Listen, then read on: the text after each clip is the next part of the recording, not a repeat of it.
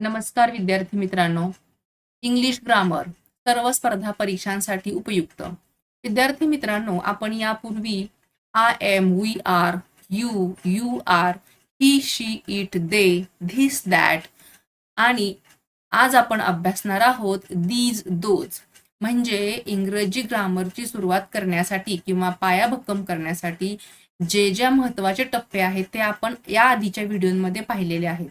त्या सर्व शब्दांचा वापर करून किंवा त्या प्रोनाउन्सचा वापर करून आपण आपलं इंग्रजी पक्क करू शकतो. त्यामुळे आता कोणत्याही स्पर्धा परीक्षेला घाबरण्याची गरज नाही, कारण आपण आपले मार्क्स जातात ते इंग्रजी व्याकरणामध्येच, कारण आपण त्याच्याकडे कधीही लक्षपूर्वक लक्ष देत नाही किंवा त्याचा अभ्यास करत नाही, कारण ते आपल्याला कधी कोणी नीट सांगतही नाही आणि त्याच्याबद्दलची माहितीही नसते. तर आपण आता इथं या संपूर्ण व्हिडिओच्या मध्ये इंग्रजीचे जे प्रोनाउन्स आहेत, जे महत्वाचा पाया आहे, त्याबद्दलचा अभ्यास करणार आहोत. तत्पूर्वी तुम्ही आमच्या व्हिडिओला लाईक करा, चॅनलला सबस्क्राईब करा, त्याचबरोबर व्हिडिओ जास्तीत जास्त शेअर करा, जेणेकरून तुमच्या एका शेअरनं एखाद्या विद्यार्थ्याचं आयुष्य घडू शकतं. आणि सगळ्यात महत्वाचं म्हणजे व्हिडिओ शेवटपर्यंत पहा आणि यामध्ये दिलेले जे काही प्रश्न आहेत किंवा जे बदल करायला सांगितलेले आहेत व रूपांतरणासाठी काही उदाहरणं दिलेली आहेत, ती सुद्धा तुम्ही तुमच्या डायरीमध्ये नक्की सोडवा, तर तुमचा सराव होईल आणि तुम्हाला इंग्रजी व्याकरण अगदी सोपं जाईल. तर आता इंग्रजी व्याकरणाला घाबरण्याची गरज नाही, कारण आपण घेऊन आलेलो आहोत इंग्रजी ग्रामर सर्व स्पर्धा परीक्षांसाठी उपयुक्त. आज आपण अभ्यासणार आहोत दीज आणि दोज हे प्रोनाउन्स कसे वापरायचे त्याबद्दलची माहिती. तर धीस, दीज. धीस या शब्दाचे अनेक वचन आहे दीज. म्हणजे धीस हा शब्द एकवचनी आहे आणि तो जवळ असलेल्या वस्तू, व्यक्ती किंवा प्राणी यांना दाखवण्यासाठी किंवा दर्शवण्याचं काम करतो. आणि दीज हा त्याचेच अनेक वचनी रूप आहे. दीज म्हणजे हे, ह्या, ही. दीज हा शब्द जवळ असलेल्या अनेक व्यक्ती, प्राणी किंवा वस्तू दाखवण्याचं काम करतो. म्हणजे धीस या शब्दामुळे एकच व्यक्ती, जवळ असलेली एक व्यक्ती, एक वस्तू किंवा प्राणी दाखवण्याचं काम करतो. आणि दीज हा शब्द जवळ असलेल्या अनेक व्यक्ती, अनेक वस्तू आणि अनेक प्राणी दाखवण्याचं काम करतो. म्हणजे धीस या शब्दाचे अनेक वचन आहे दीज. धीस म्हणजे हा, ही, हे आणि दीज म्हणजे हे, ह्या, ही अनेक वचनी रूपे लक्षात ठेवायची आहेत. त्यानंतर आहे दॅट आणि दोज. दॅट या शब्दाचे अनेक वचन आहे दोज. म्हणजे दॅट म्हणजे दूर असलेली एकच व्यक्ती, प्राणी किंवा वस्तू हे दाखवण्याचं काम दॅटने केलं जातं. दॅट म्हणजे तो, ती, ते. या आधीच्या दॅट आणि धिस आणि दॅट या व्हिडिओमध्ये ही संपूर्ण माहिती दिलेली आहे. अभ्यास करण्यासाठी काही वाक्यही दिलेली आहेत, त्याचा तुम्ही नक्की सराव करा. दोज म्हणजे ते, त्या, ती. आता दॅट या शब्दाचं अनेक वचन आहे दोज. दोज म्हणजे ते, त्या, ती. म्हणजे दोज हा शब्द दूर असलेल्या अनेक व्यक्ती, प्राणी किंवा वस्तू दाखवण्याचे काम करतो. म्हणजे धिसचं अनेक वचन आहे दीज आणि दॅटचं अनेक वचन आहे दोज. आता ते कसं काम करतं किंवा ते वापरून शब्द कसं बनवतो किंवा वाक्य कसं बनवायचं हे आपण बघूयात. आता दीज आर ट्रीज. तर दीज म्हणजे ही. आपण बघितलेलं आहे की जवळ असलेल्या अनेक व्यक्ती किंवा वस्तू किंवा प्राणी, तर ही अनेक झाडे आहेत. मग दीज आर ट्रीज म्हणजे ही झाडे आहेत. म्हणजे अनेक झाडे दाखविण्यासाठी, ती सुद्धा जवळ असलेली अनेक झाडे दर्शविण्याचं काम दीजने केलं जातं. आणि दीज आर ट्रीज म्हणजे ही झाडे आहेत. तसं दोज आर स्टार्स. दोज म्हणजे दूर असलेल्या परंतु अनेक असलेल्या वस्तू, प्राणी किंवा व्यक्ती दाखवण्याचं काम या शब्दाद्वारे केलं जातं. दोज आर स्टार्स म्हणजे ते तारे आहेत. म्हणजे दूर आहेत परंतु अनेक आहेत, तर ते दाखवण्यासाठी दोजचा वापर केला जातो. आता दीज, दीज वापरून काही वाक्य दिलेली आहेत, तर ती आपण बघूयात. दीज आर डॉग्स म्हणजे ते, हे कुत्रे आहेत. दीज म्हणजे जवळ असलेले, म्हणजे हे वापरायचं. दीज आर बॅग्स म्हणजे ह्या पिशव्या आहेत. दीज आर टेबल्स म्हणजे ही टेबले आहेत. आता ही दीज वापरूनची काही आपली उदाहरणं झालेली आहेत. आता दोज वापरून काही उदाहरणं होतील, तर दोज आर स्टार्स. दोज म्हणजे ते, दूर असलेले परंतु अनेक असलेले, ते तारे आहेत. दोज आर बॉक्सेस म्हणजे त्या पेट्या आहेत, दूर आहेत. दोज आर पेन्सिल्स म्हणजे त्या पेन्सिल्स आहेत, अनेक आहेत परंतु त्या दूर आहेत म्हणून दोज वापरतात.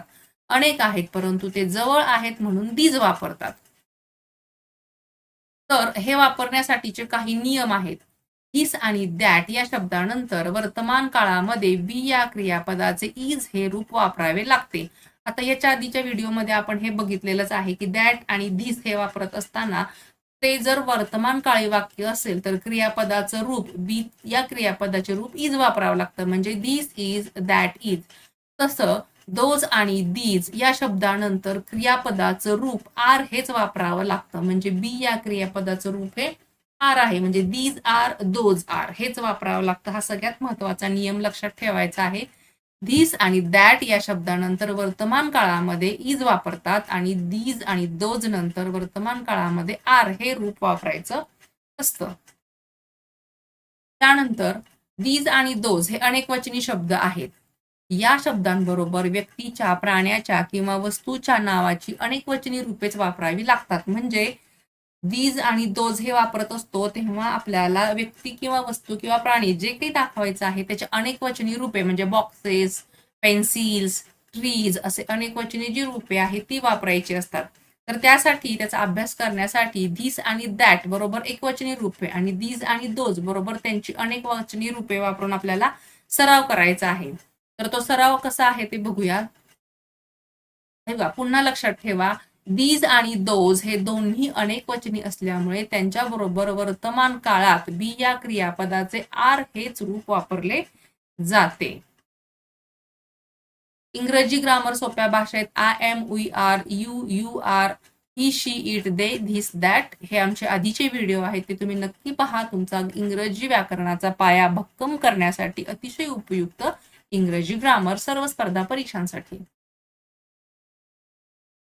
हा, तर आता दीज वापरून खालील वाक्य पुन्हा लिहा असं आपल्याला इथं अभ्यास दिलेला आहे. तर वाक्य दिलेलं आहे की धिस इज अ बॉय, म्हणजे हा मुलगा आहे.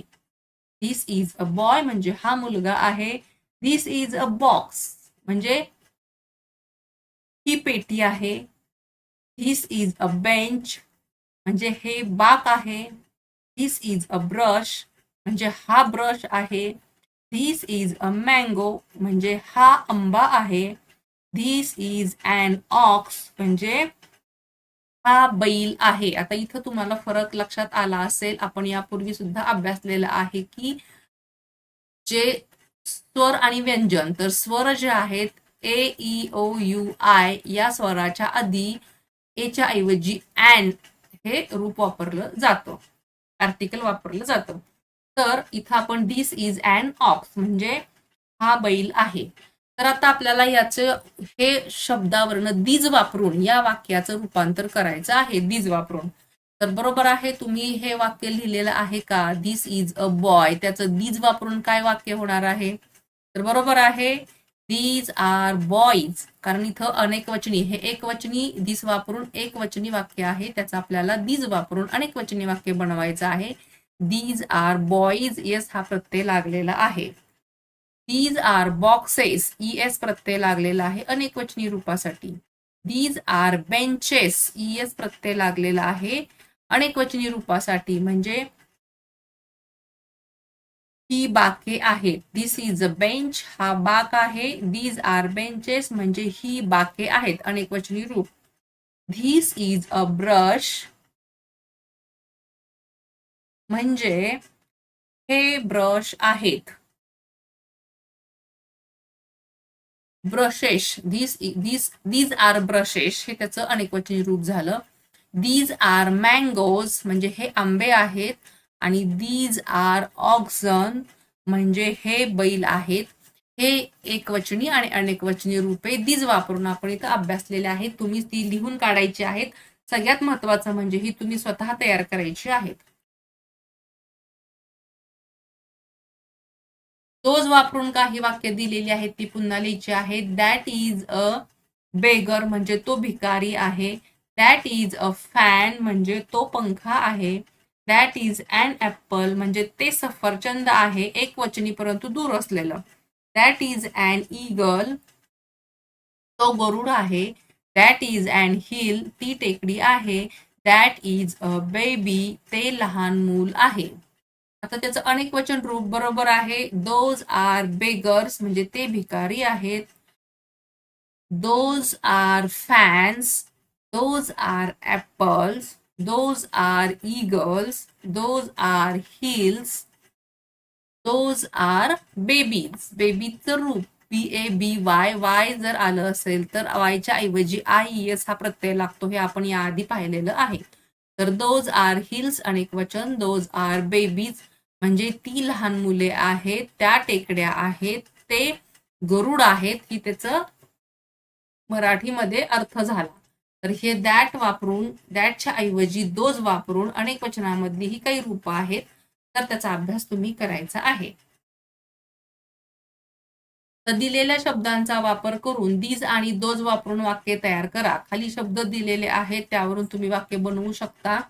Windows, shirt, rats, mangoes, maps, kitty's आणि फ्रॉक्स ही काही वाक्य दिलेली आहेत. ती वापरून तुम्ही दीज आर आणि दोज आर या शब्दांचा वापर करून हे वाक्य पूर्ण करायचे आहेत.